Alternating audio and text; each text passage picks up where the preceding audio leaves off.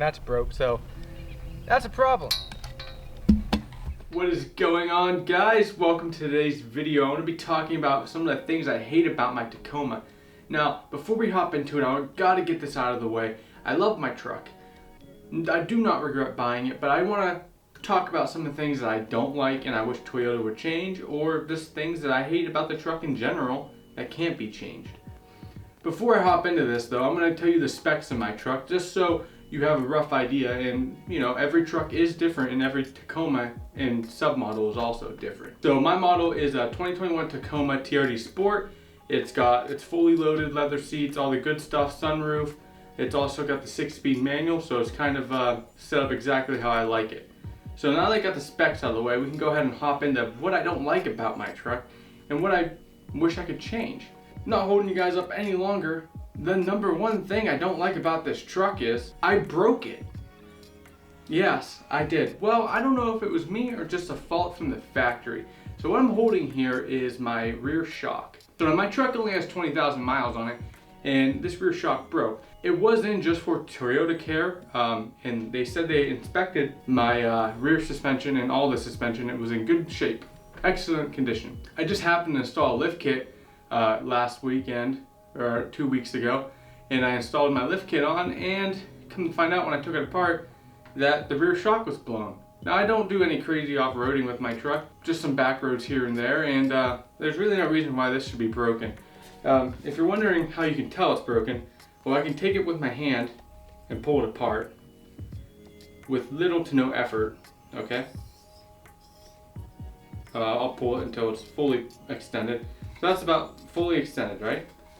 You can also tell by all this goop here.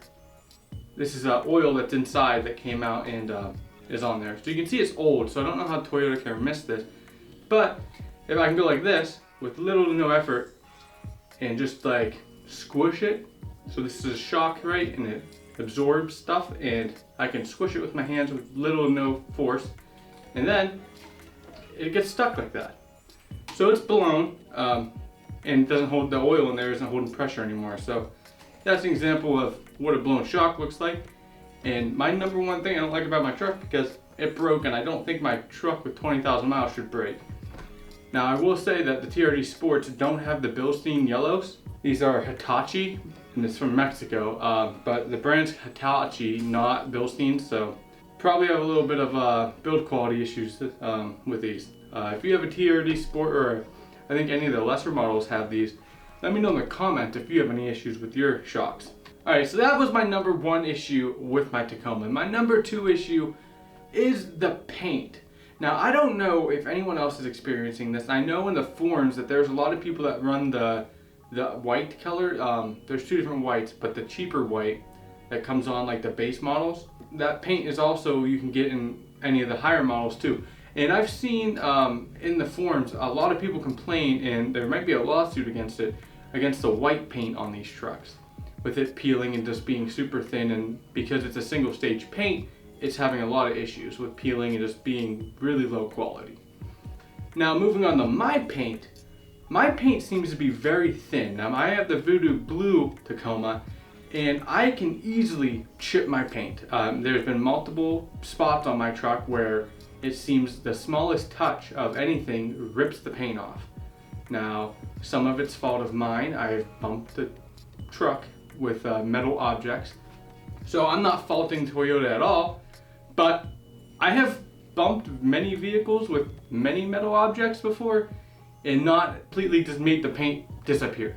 So like I said, I'm not smashing metal things against my paint, but I've tapped it and boom, the paint comes off. Also, I have a few rock chips already, and it just seems like the paint is very thin on this truck. And scratch is easy, but scratches, I think anybody will have some issues with scratches. It might just be me looking a little bit too far into this truck because it is my first brand new vehicle, so I keep a pretty sharp eye on it. But when I scratch it up and ding it up, and I really don't think in my other vehicles I've ever had that happen before. Again, in the comments, if you have any issues with your Toyota paint, or you think I'm an idiot and the paint's fine, comment, let me know, let's talk about it. So my third issue with this truck, and this is going to be specifically for the manual guys out there, so if you're looking for a manual or you own a manual, this is kind of aimed towards you because the automatic guys aren't going to have this issue.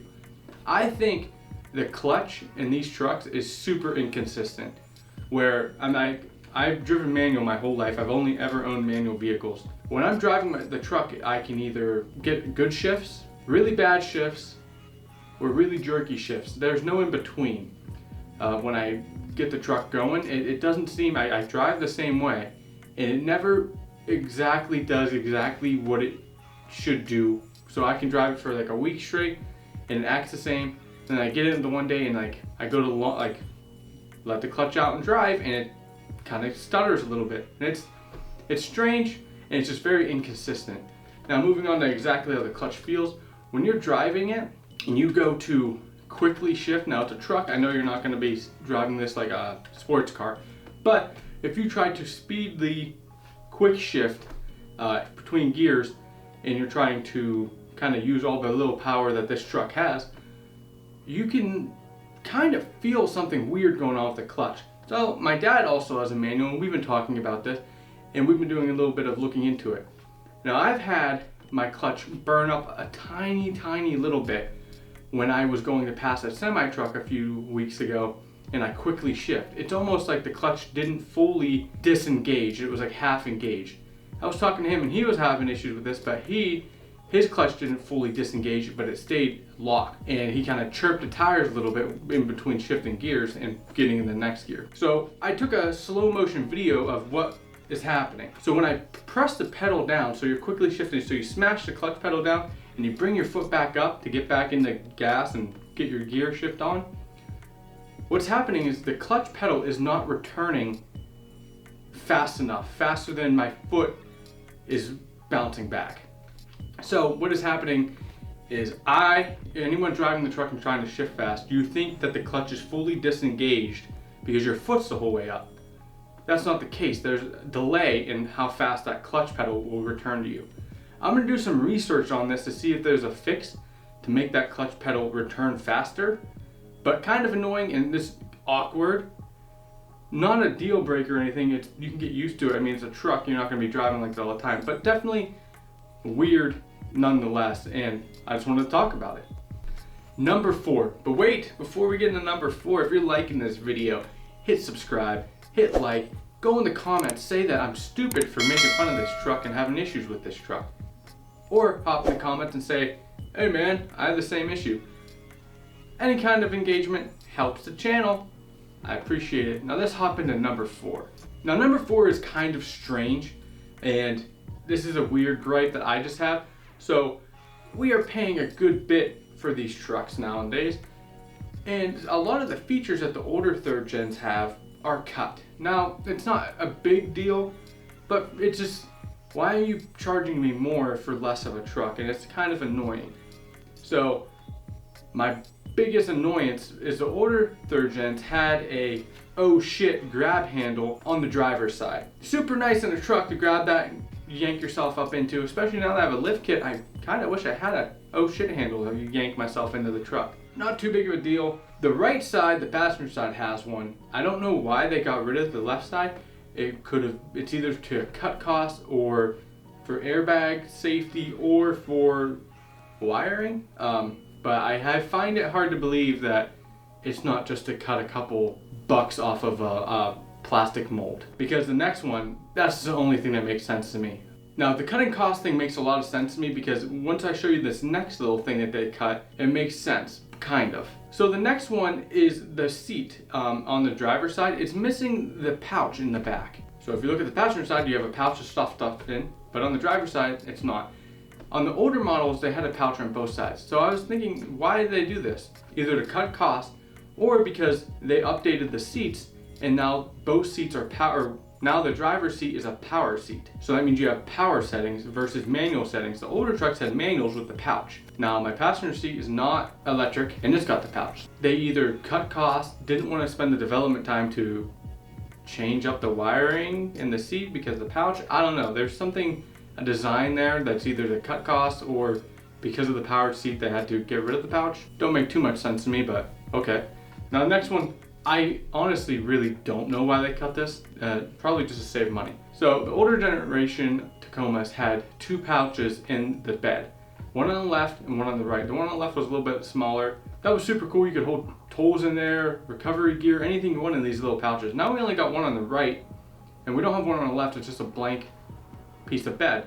Now, I don't know why they got rid of this. There could have been a design flaw. Maybe the bed was weak right there, so they needed to make it all one piece in the composite, or to save money, or again, I find it hard to believe they did this, but the bed lighting kit is now with the truck. So unless they are running wires right there, I don't know. Kind of a weird thing to cut. I wish they would stop cutting features and just leave it how it is and just make it better. And number 5, on the topic of price, I hate the prices for these trucks. They used to be a mid-range truck that you could buy and you loved it because it was reliable. It's not really the case anymore. People are shilling out a ton of money for these trucks because they're great trucks, but I hate the price. Number 6 is interesting.